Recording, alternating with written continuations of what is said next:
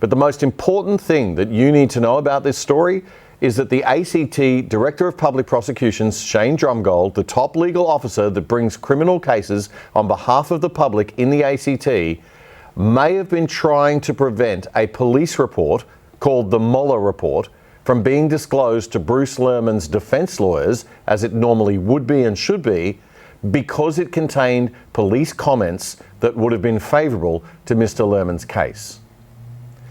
The Australian newspaper reported that Mr. Drumgold said he might have unintentionally misled the ACT Supreme Court over an affidavit seeking to prevent the Mueller report being given to the defence team. The newspaper says Mr. Drumgold acknowledged that he had claimed the Mueller report was privileged. That would mean that it didn't have to be shared with the defence team, without having seen it and without having checked it with Detective Superintendent Scott Mueller, who wrote it. In doing so, lawyers argue, Mr. Drumgold went against a basic duty of a prosecutor to disclose any relevant evidence, particularly matters adverse to their case, to the defence. Also in the witness box this week was Bruce Lehrmann's defence barrister, Stephen Whybrow SC, and he accused Mr. Drumgold of abandoning impartiality and aligning himself with Brittany Higgins. Mr. Whybrow said he told police the decision to run a second possible trial against his client should not be made by Mr. Drumgold.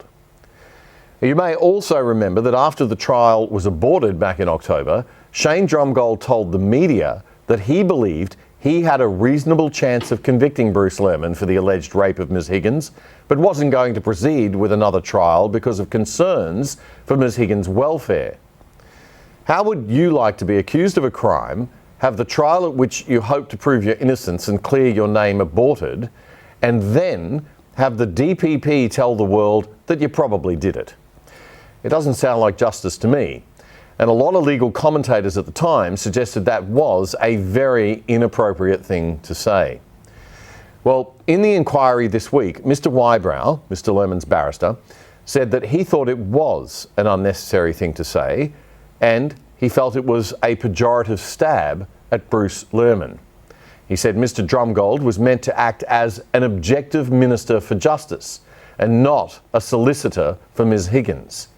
Yet, when Mr. Drumgold announced he was dropping the rape charge against Mr. Whybrow's client, his speech conveyed that Mr. Lehrmann was really guilty in his view. He also said he understood Mr. Drumgold's concern for Ms. Higgins' well-being and said he had similar concerns for Mr. Lehrmann's welfare. Other things that came out of the inquiry this week: Mr. Drumgold was admonished by the head of the inquiry, Walter Sofronoff KC, for claims that he made last year that it was possible or even probable that political pressure was brought to bear on the police to suppress the prosecution of Mr. Lehrmann.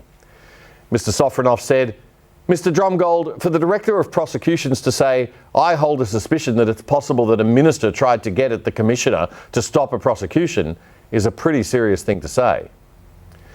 Bruce Lehrmann's barrister was also questioned about the poor relationship between the Australian federal police officers working on the case and Mr. Drumgold and his office. Mr. Whybrow was asked about a meeting that he had with one of the detectives that was working on the case, a Detective Marcus Bowman, during the later stages of the trial.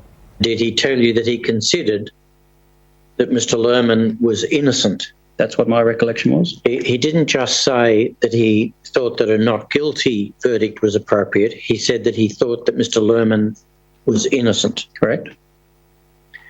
And then in the context of that conversation, he said to you that if the jury came back with a guilty verdict, that he would resign from the police force. Words to that effect is my recollection, yes.